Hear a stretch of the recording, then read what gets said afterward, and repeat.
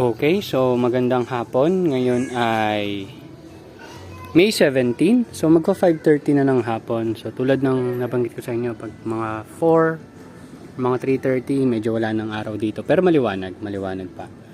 So yan, tulad na na-promise ko sa inyo is mag-check tayo ng pH level. Habang inaantay din natin mapuno to. Medyo mabagal yung tubig, mahina yung tubig ngayon. So pH level, nung nakaraan or kahapon nag-check tayo ng pH level, pero ang dinagdag lang natin na pH down nun ay 3 ml. So kanina, syempre bago tong video na to, para hindi ko na maubos ang oras yung is nag-check na ako, and ito yung na-discover ko. Nasa 7.0 yung lumabas na pH level. So nasa neutral yon. So hindi yun pwede dito sa hydroponics. So ang ginawa ko, nagdagdag ako ng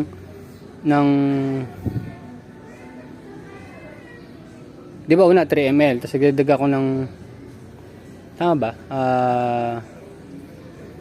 2 ml. Tama ba ang nasa isip ko? Alam ko 2 ml eh.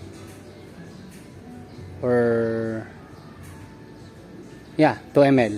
So 5 ml yung mostly ng mga pH na nandito, yung pH down na nilagay natin. Pero itong dalawang to, which is ito ay NutriHydro, ito ay Kiss Solution, meron silang total ng 10 ml ng pH down. Pero nabanggit ko sa inyo nung last time, itong batch na yung darating na batch na for harvest natin is 3 ml lang ang 4 ml lang ang ginamit kong pH down. Pero previously yung mga una ko pang mga batches, nabanggit ko sa inyo nasa 6 or 7 yung pH down na ginagamit ko.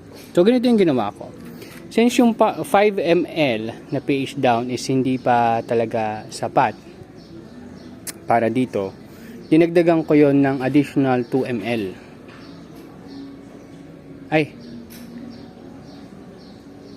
Tama. Or mali. Anyway, basta ito, mayroon tong 10 ml. Tapos dinagdagan ko yung iba ng 2 ml. Kung hindi ako nagkakamali, basta sinulat ko yun eh. Pakita ko na lang sa inyo sa susunod. Pero kasi ngayon, nagmo-monitor na ako ng ginagamit kong nutrient solution tsaka pH down. Kasi simula nga nung medyo nagda-doubt na ako sa gamit kong pH meter. Kasi nga dati yung ginagamit ko talaga 7 ml na pH down. Nung nag-pH meter ako, sobrang acidic naman. So binaba ko hanggang naging 3 ml or 4 ml. Tapos ngayon, ang meron na dito, generally, ito gagawin din natin itong dalawa to na 7 ml ang pH down niya. And maliban dito sa dalawa na may 10 ml na pH down. So kanina nung nag-reading nga ako 7.0. So tingnan natin yung reading ngayon. Hindi ko na i-read yung iba kasi yung 7 ml okay na ako dyan kahit anong mangyari. Kasi na-test ko na yan previously. So tingnan lang natin yung pH level niya ngayon. Several hours lang, hindi pa yata umabot ng 2 hours. Sumala nung nadagdagan ko sila ng pH down. So ito ay may 7 ml ng pH. Pero tingnan mo, nakikita mo ang lumalabas lang na pH level niya ay 7.1. Yan. Pero yung niyan, easy niyan, goods yan. Ito, dito ako medyo nagda-doubt. Yan. Ayan. Palagay ko mga nasa 6.5 yan. Siguro mabagal na tong mag-read. Yan bumababa pa siya kasi basa pa siya eh. So medyo mabagal siya mag-read. Siguro kailangan ko na siyang apply ng cleaner or kung ano man. Pero tulad ng nabanggit ko sa inyo, nasa 7 ml ang pH down niyan. And ito is nasa 10 ml. So titingnan natin pag nag-harvest na tayo kung ano magiging itsura nila. Pero pakita ko lang sa inyo yung for harvest natin next week. Just to to prove or for you to see kung ano yung itsura niya ngayon. Kasi next week yung harvest nito eh. Ayan sila. Parang ang liit. Totoo lang. Parang ang liit para sa akin. Maliban dun sa dalawang yon na may problema talaga. Yan. So tingnan natin kung makakahabol yan. Kasi meron pa naman silang 6 days. Kaya iniisip ko, baka mali yung pH meter ko. Dapat talaga 7 ml yung ginagamit kong pH down. Pero tingnan natin. And also, mag-update na lang ako dun sa location 1 natin. Kasi may problem naman dun sa Parkhurst. Yung bago, yung parang Romaine. Nagka-tip burn ka agad siya kasi sobrang init naman talaga. Hindi pa naman severe, pero syempre, since early pa lang yon, na palagay ko medyo lalala pa yon. So pakita na rin pala natin yung reading dito. Kung dun sa kabila is nasa 7, tingnan natin to. Ito na lang nasa Kiss Solution. Halos pares lang naman sila sa totoo lang. Ayun, nasa 6.42 na siya. Ito, mataas yan, pero biglang mas mabilis siyang bumaba kasi dun sa kabila. So sa palagay ko, ito yung medyo na mga nasa 5.8 siguro to. Yan. Tingnan natin maya maya. Mabagal kasi siya mag-read eh. Siguro dapat binababa do. Ilipat ko lang to Wait lang. Ayun. Kasi makita niya sobrang taas na nung tubig Ayan Wala na siyang, usually mga ano yan mga 3/4 inch. Pero yan parang nasa half inch na lang yan mula dun sa top. Pero okay lang. Tingnan natin kung anong mangyayari na lang sa sa darating na harvest. So after 1 month, so after 30 days yon. So makikita nyo naman, bibigyan ko naman kayong update. So generally, na makikita nyo dito ay siyempre Olmeti, then Parkhurst, and yung ano natin, ano ba yung isa? Lalik, yung hydraulic. Yan. So hopefully maging maayos yung turnout dito. So ayusin ko na to, i-fix ko na. So suntok sa bawan. Pero at least ngayon may data na tayo. So doon na lang tayo mag-stick sa data mga tropa. Ang pinakabasehan na lang natin is yung level ng tubig na nandito sa ating box or dun sa styro box natin. And tulad na nabanggit ko, yung EC ng tubig ko dito is nasa 0.15. Pero 0.2 ko siya kino-consider. So pwede ako magbaba pa rin ng pH ng A and B solution. Yung Kiss pwede natin gawing 90 ml, tapos yung Nutri-Hydro pwede ko sigurong gawing 85 or kahit 80. Siguro 85 minus 5 na lang muna natin para medyo gradual lang yung change natin. O kaya magkakaroon lang tayong experiment ulit, 2 box na merong ganong klaseng ratio na yung Kiss is 95 ml lang and yung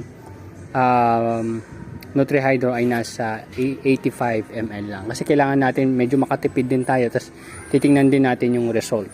Usually result based talaga ang nangyayari sa akin ko. So kung ganun yung result, din yung susundin ko. Ganun lang. So ngayon, mamayang gabi ay magta-transfer na ako. Hindi ko sure kung ipakita ko pa sa inyo, pero pwede siguro. Hindi naman ganun kahirap mag-transfer, pero pakita ko lang sa inyo yung seedlings na ita-transfer natin mamayang gabi dito. Kasi yan, pagkahalo ko niyan, baka agad-agad na rin siguro. Pero mamaya magkakaroon tayo ng separate video. So nandito na yung A and B na Nutri-Hydro ko, tapos yung pH down ko. Naubos na ko na kasi yung Kiss solution, pero bumili na ako ng another 5 liters ng Kiss solution. So ngayon, nandun tayo sa checking kung ano ba talaga ang tama. So ang ginawa natin is nilog natin siya dun sa notebook. Kung saan pinapakita ko rin yung sales and revenue na ginagawa ko dito, which is negative pa rin tayo up until now. Pero at least meron tayong monitoring. Nakikita natin kung paano gumagalaw yung cycle natin. And tumaas na rin naman yung sales natin and tumaas na rin yung production natin. So looking forward tayo dun sa more harvest in the future. So kahapon din is seeding na ako or nag-sowing na tayo ng nasa 208 net cups. So majority is syempre Olmete ulit, then meron tayong Lalik, tapos nag-trial na tayo nung una nating red, tatlong peraso lang is yung Ruksay, which is Salanova, kung hindi ako nagkakamali, Salanova. Hindi ko sure kung sariling breed yun ng Rice 1, pero Salanova siya na red. Naghahanap kasi ako ng gusto ko ma-display talaga na red. Yung Scamander okay naman, pero hindi siya yung pangbenta eh. Hindi kasi ganun, parang hindi magiging sulit yung bili ng customer kung ganun lang kalaki yung maipo-provide ko sa kanila. And at the same time, meron na rin tayo yung Pak Choy, which is kung bumili tayo ng green, and yung purple Pak Choy. So hindi ko sure kung pagkakasyahin ko yun dito or gagamitin ng isang setup sa kabila. And yun sa kabila, pag nag-update tayo, makikita nyo yung napakaganda nating mga pechay tsaka mustasa doon na for personal consumption or pamigay-pamigay ko na lang din yun muna. Pero yun na nakakatuwa. Then meron din tayo doon yung spinach natin, yung kulitis, pero nakita ko may mga spider mites eh. So yun yung medyo ayusin natin doon kasi ang problema doon, ang dami talagang iba't ibang halaman. Yun. So yun yung isa sa problem na nakikita ko doon. Pero hindi ko pa kasi nagagawa yung organic pesticide, yung Jadam wetting agent na sinasabi ko sa inyo matagal na. Hindi ko pa naayos eh. Pero ang ingredients lang noon is yung dun sa nakita kong video is canola oil, tas yung hindi ko sure kung baking soda yun or something. Basta caustic soda ba or caustic powder. Basta may ganun, papakita ko na lang siguro, or search na lang yung Jadam wetting agent, JWA. Yan. So organic, classified as organic naman yung pesticide na yan. Pero hanggat maaari, ayoko talaga mag-spray. Pero kasi pag nagkaroon na ng pest, kailangan mo talaga mag-spray. Okay? So hopefully, naging okay itong result natin. Pero kasi di ba, ilang beses ko na rin naman ginagawa, tama naman yung result. So, let's see. And in terms of easy naman, okay naman sila ng easy na sa 1.4 to 1.5 yung easy nila. So, pumapat ako yun, minus 0.2 is nasa 1.2 to 1.3, which is yun naman yung target natin na lagi ko naman sinasabi sa inyo. Dati kasi, kung yung mga una kong mga videos, yung una natin mga batches is nasa 1.5 to 1.6 yun. So, nasa upper level yun. Ngayon, binaba natin siya and it shows na maganda pa rin yung tubo niya. Sa lowland yun yung mga lower, yung sa lowland, yun daw kasi ang best easy for a lowland. Pero pag nasa malalamig na lugar kayo, like Tagaytay or Baguio, yung 1.5 to 1.6 easy daw. Hindi tayo scientific pero yun nabasa ko. Hindi ko sure kung saan ko nabasa. Hindi siya libro eh, parang nagre-research lang ako noon eh. So tinry ko lang naman kasi nga pag binaba mo yung easy mo, mas bababa rin consumption mo ng nutrient solution. So makakatipid ka. Yun lang naman yung goal ko, kaya ako siya ginawa. Maliban sa kung maganda pa rin naman yung result ng halaman. So yun lang. And malapit ko nang patayin yung water source kasi malapit na siya mapuno. And ito yung mga natira nating yung kinompos ko na straws dahil nagbolting na, tsaka wala na rin akong paggagamitin sa kanya. Kailangan ko na kasi maglinis. And ito, mag-start na rin tayo mag-harvest ng tanglad. Ibenta natin. Ang balak ko per tali is 15 pesos. So susubukan lang natin yan, tingnan natin kung gagana, and the rest is history. That's it. Thank you very much and see you next update. Bye-bye.